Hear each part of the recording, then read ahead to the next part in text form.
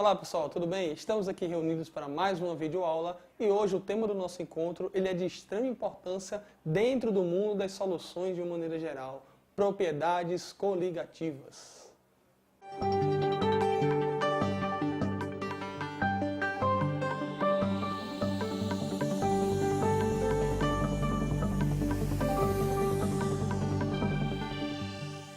Então, pessoal, o que é que as propriedades coligativas ou os efeitos coligativos vão querer nos informar a respeito de um líquido ou de uma solução?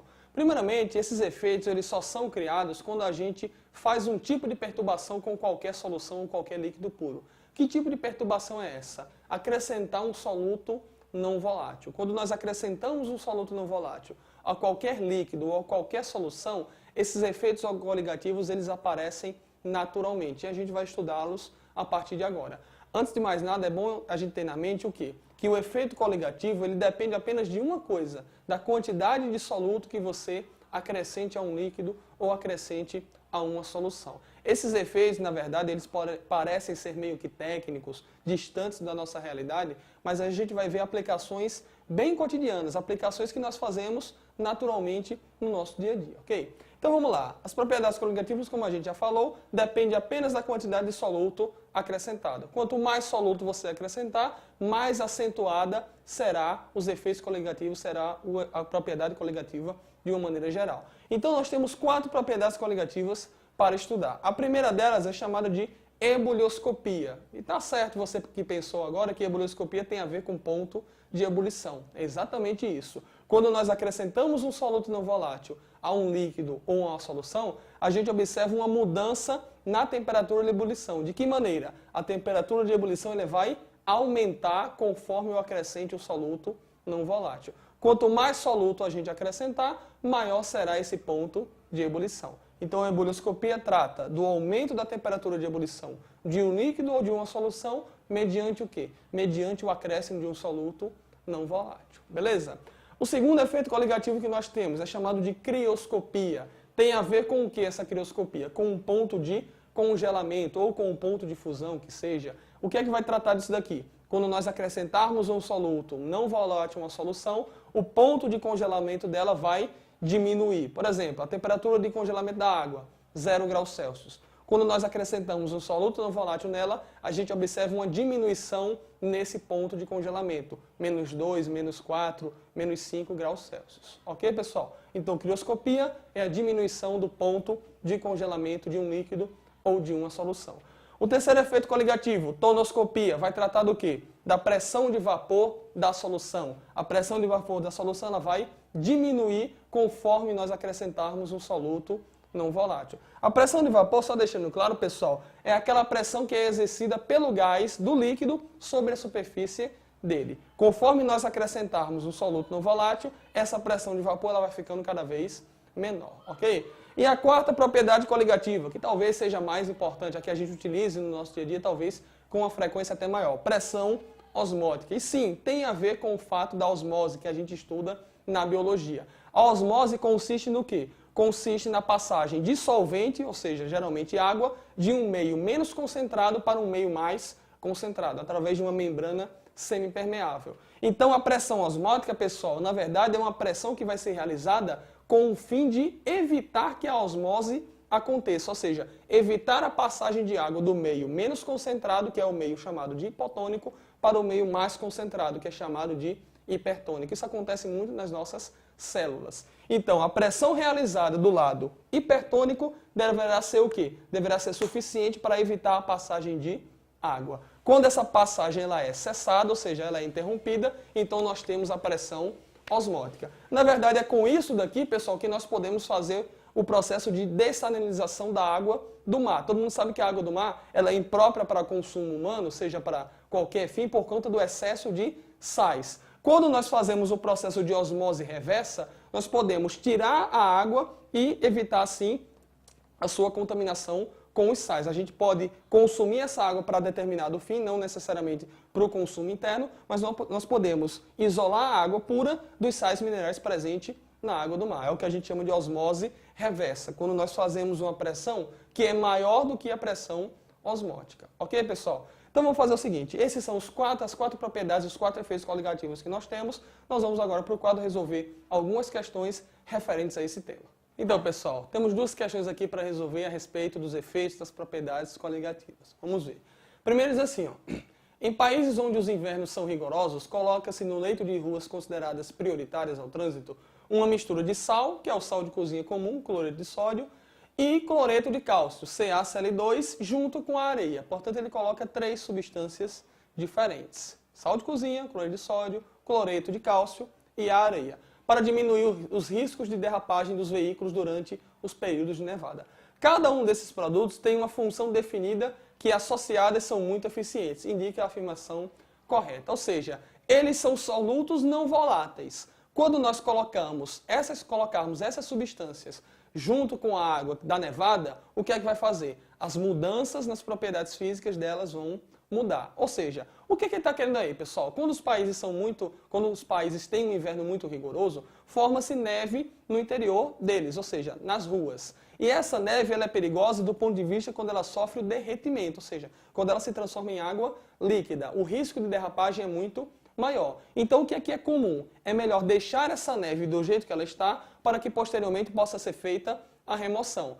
Essas substâncias que são adicionadas favorecem justamente isso. Evitam com que a neve deixe o estado sólido que ela está e passe para o estado líquido, favorecendo assim as derrapagens dos carros e os riscos de acidentes. Então, os efeitos que nós vamos observar aqui devem ser feitos de que maneira? Evitar que o derretimento da neve seja realizado, ou seja, fazer com que a neve continue do jeito que ela está, para provável remoção posterior. Se você observar, em relação à areia, todas as alternativas tratam do mesmo aspecto. A areia aumenta a aderência dos pneus ao solo. Da letra A até a letra E, ele traz a mesma afirmação sobre a utilização da areia. Então, nós não precisamos nos preocupar em relação à areia, porque a gente já sabe que a função dela, já que todas as alternativas apresentam isso, é aumentar a aderência do pneu junto ao solo. O que nós vamos se preocupar aqui é o quê? Com o sal de cozinha, com o cloreto de sódio e com o cloreto de cálcio. Observa, na letra A ele diz, ó, o sal abaixa o ponto de congelamento da água. Pode ser. Qual é o efeito coligativo que trata disso, pessoal? O abaixamento do ponto de congelamento, a crioscopia. Então, a letra A, por enquanto, está ok. A letra B diz que o sal eleva o ponto de congelamento. Falso. A propriedade coligativa que diz isso é exatamente o contrário. É o abaixamento do ponto de congelamento. Então, a letra B, a gente já elimina ela.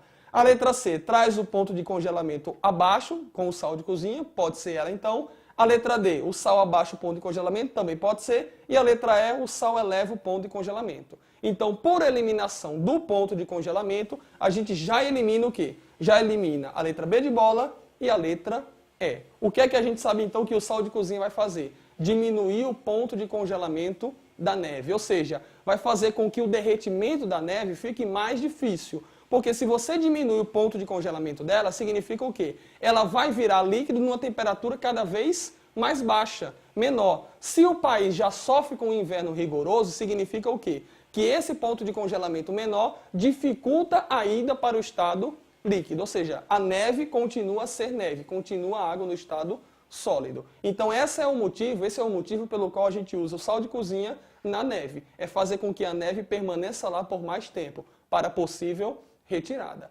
Então, vamos ver agora, vamos procurar aonde que está a justificativa para o uso do cloreto de cálcio, do CaCl2. Ora, se eu quero que a neve continue neve, se eu quero que a água continue no estado sólido, significa o quê? Eu tenho que ter a menor quantidade de calor possível naquela nevada. Porque se eu tiver uma quantidade de calor grande, pessoal, o que é que vai acontecer? Corre o risco desse calor derreter o gelo. Então, eu vou procurar alguma afirmativa que trate do quê? Trate da liberação do calor daquela neve. É justamente o que a gente encontra na letra C. Ó. O sal abaixa o ponto de congelamento da água, a gente já tinha chegado a essa conclusão, porque abaixando o ponto de congelamento fica mais difícil o seu derretimento. E o cloreto de cálcio, ó, quando se dissolve na neve, libera calor. O que significa liberar calor? A neve vai liberar aquela quantidade de calor que corre o risco dela fazer o quê? Dela ir para o estado líquido. Então, liberando o calor da neve, a neve fica mais fria e ela pode ficar no estado sólido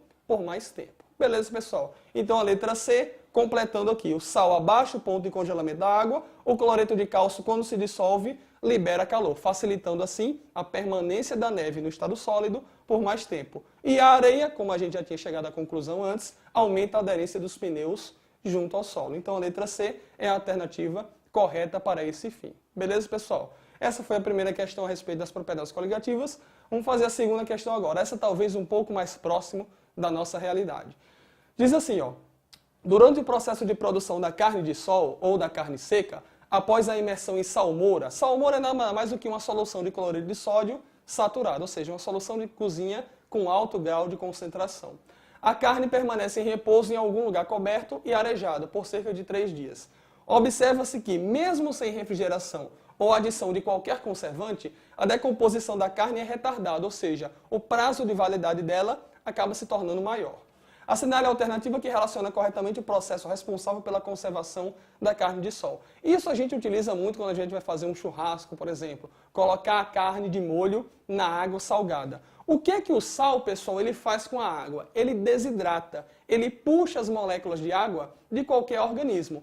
A água, como ela é rica em água, como ela é rica em H2O, o que é que o sal de cozinha vai fazer? O que é que a solução da salmoura vai fazer? Vai desidratar a carne. Isso daqui é puramente, pessoal, um processo de osmose. É a passagem de solvente, ou seja, é a passagem de água do meio menos concentrado, que é a carne, para o meio mais concentrado, que é a salmoura. Ou seja, quando você desidrata a carne, você tira toda a água da carne, ou você tira boa parte da água da carne. Se a carne vai ficar desidratada, ela vai ficar sem água, isso significa o quê? As bactérias que utilizam a água para se proliferarem, elas não vão fazer isso, ou seja, a carne ela vai ficar livre do alcance das bactérias, por isso ela vai durar mais, por isso ela vai ter um prazo de validade maior, ok, pessoal? Então a alternativa que justifica essa inserção da água na salmoura é a letra E, desidratação da carne por osmose. O que é a osmose mesmo? É a passagem de água do meio menos concentrado, que aqui é a carne, para o meio mais concentrado, que é a salmoura. De novo, livre da água, a carne não fica exposta às bactérias que poderiam se proliferar nela. Então, pessoal, como vocês puderam ver, os efeitos coligativos eles são muito presentes na nossa vida, mais até do que a gente imaginava. Presente nas ruas, presente nos países de invernos rigorosos, presentes na preparação de uma carne de sol, beleza? Não esqueça, essa e outras aulas você encontra no nosso site, colégiointerativo.com.br. Tchau, um abraço, fique com Deus, tudo de bom.